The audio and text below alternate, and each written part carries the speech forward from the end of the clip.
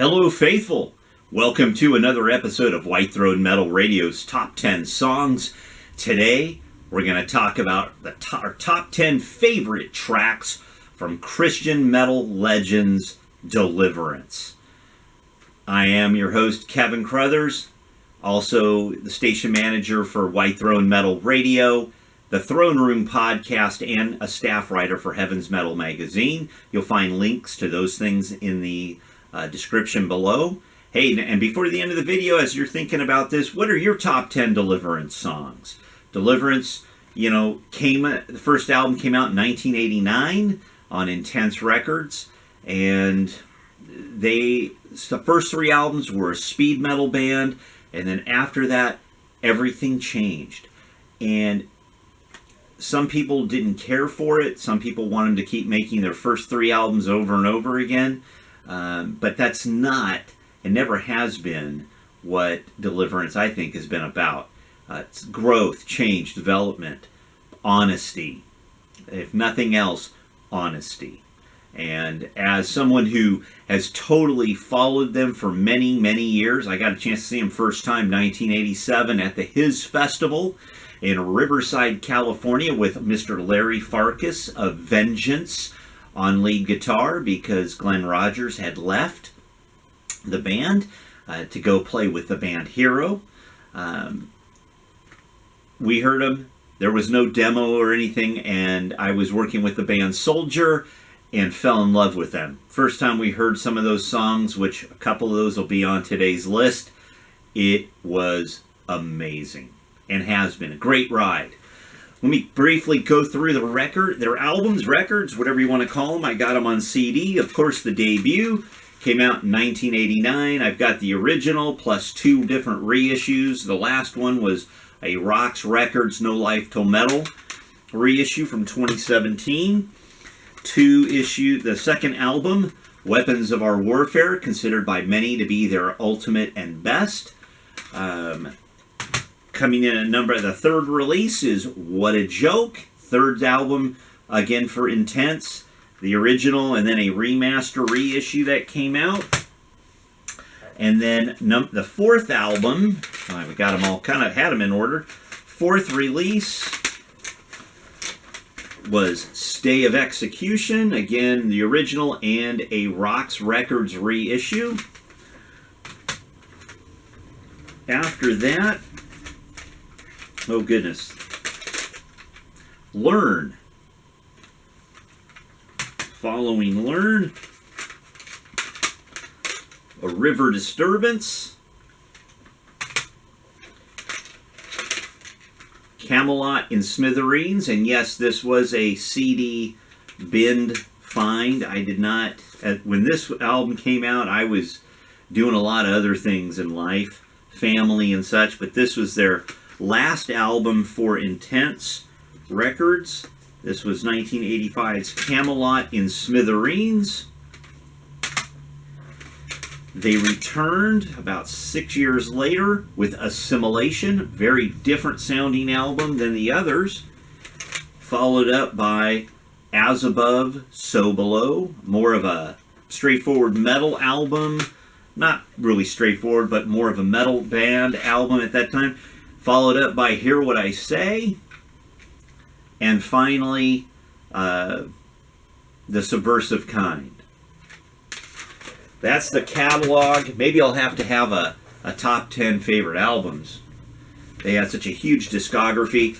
And I'm not counting any of the compilations. There's several compilations of demos. There's compilations of the first 4 years, kind of a greatest hits type things. And different releases like that. I'm not including those in this, what I'm pulling from. But I want to talk about my top 10 favorite Deliverance songs. So coming in at number 10, the title track off the fourth album, Stay of Execution. Memorable. It's got a chugging riff. The vocals are a little different. More of what Jimmy Brown would bring in further and subsequent releases. Instead of a harsh vocal, like a Tom Araya type yelling, singing type thing. This was more Bowie-esque was how I remember we described it. The songs, for the most part, were a little bit slower, a couple of up-tempo ones still on this album, but Stay of Execution has a chugging riff, very memorable, and it sticks in your head. What else do you need in a great song?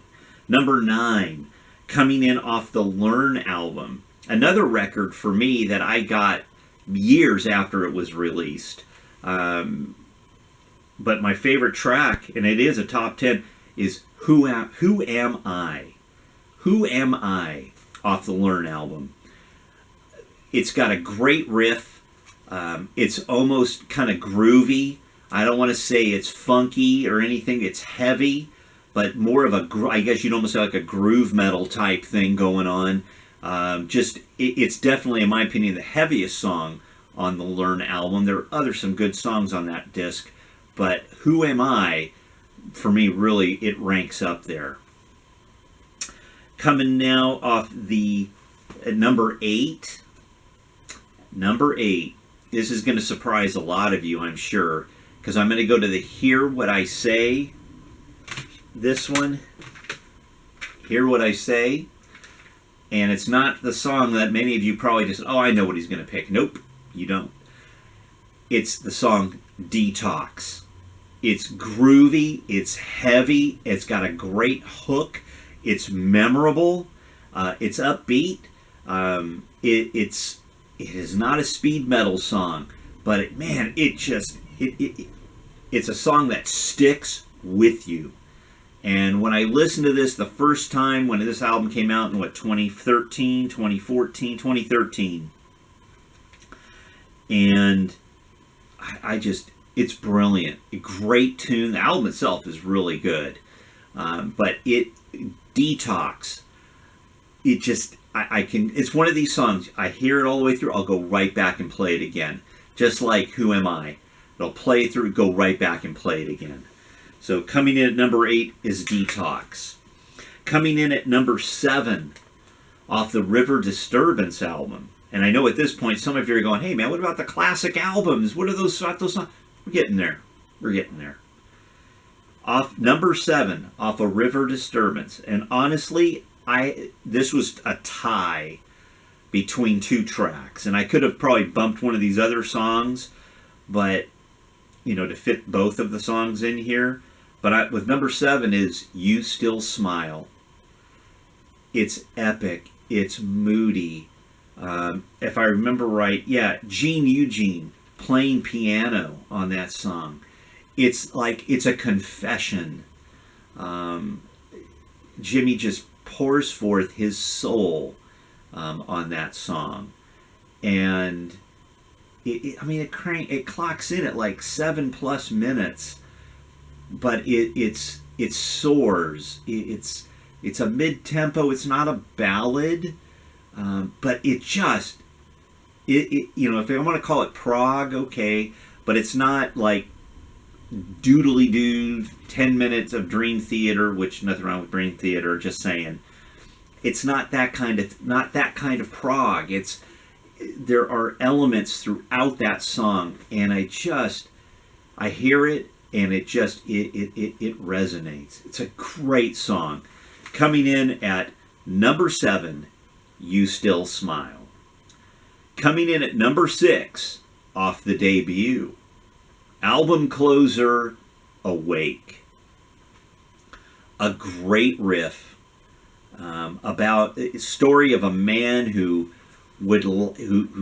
basically, it's the story of Lazarus, right? And someone who dies and realizes in the afterlife, this isn't what I should have been doing during my regular life. He wants to go back and tell people, and he can't. The song chugs. It's got a great riff. I think Glenn Rogers helped write that, if I'm not mistaken. I might be. But he played guitar on it with Jimmy and with Brian K. Rula, and oh goodness, drummer. He passed away a couple of years ago. Chris Hyde. Yes. And Yeah, Chris Hyde on drums. Sorry. Great song. It's got a couple of tempo changes. Very memorable. A killer intro. Frankly, you listen. The first couple of times I heard that song when I played at night, it's kind of freaky sounding, but a great song. Coming in at number 6, Awake. Coming in at number 5, album opener off the debut, Victory. Full-on thrash metal. Sorry, speed metal. That's a Jimmy Brown inside joke. Not really. Jimmy prefers speed metal. You got it, my friend. Great song. How could I... It's one of those songs. I grew up with that album. In '89, it was like... I remember, it took forever for their debut record to come out. And I remember playing it over and over and over and over. There were so many good songs on there. Victory, when they played the Omni in 1987, Christmas time, there's a couple of videos of that shot from that show in my personal archive because I was there. It was a great night. They opened with that song. Oh, absolutely. It was just killer. Absolutely killer. So Victory comes in at number 5. Number 4, off the Weapons of Our Warfare album, Slay the Wicked. It's a chugging heavy metal, great hook. Jimmy's voice soars. The intro to that song comes from a movie about the life of King David, starring Mr. Richard Gere from the early 80s. And I always remember when I heard that, and someone, spare nothing from the sword, and he swings a sword, and I kept thinking, did someone get their head cut off? And no, actually, if you watch the movie, at that part, he puts a sword or something into a watermelon or a cantaloupe or whatever it is. But the song itself is fantastic. Chugging heavy metal, slower pace, mid-tempo, though, it's still plenty heavy.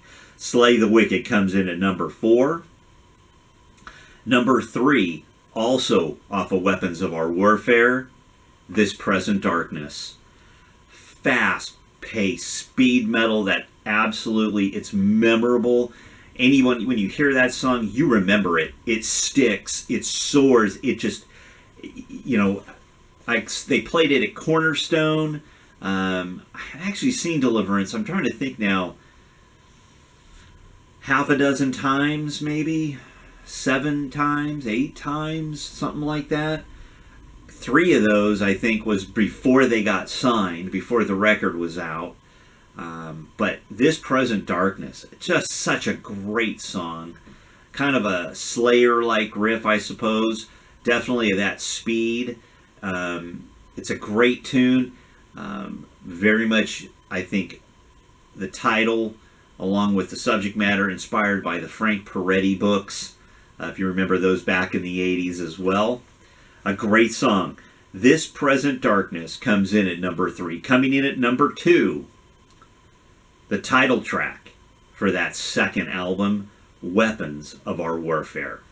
It's a classic. Heavy metal classic. For me, I suppose it ranks up there with Resurrection Band's Military Man as an all-time heavy metal hard rock classic. Christian, non-Christian, secular, doesn't matter. Weapons of Our Warfare. A great hook. It was a great video. People said they saw it on MTV Headbangers Ball. I never saw it on Headbangers Ball. Maybe I just missed it. But had it, we saw it all on, everyone had their copy of the Frontline records, the Intense records, Hot Metal Summer, had all those music videos on there. It's a great music video. Guitar playing, of course, on all 3 of these songs is Mr. George Ochoa. Went on to do Recon and Worldview. If you haven't checked out Worldview, you need to. Weapons of Our Warfare, just a brilliant track, a great riff, memorable hook, heavy, up-tempo, and that video is really cool. Better production than the first album. and a memorable song all the way around.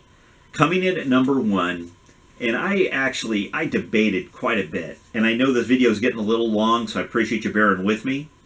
Number one, I had to think about a long time, because any one of these songs off of the first couple of records could be my number one.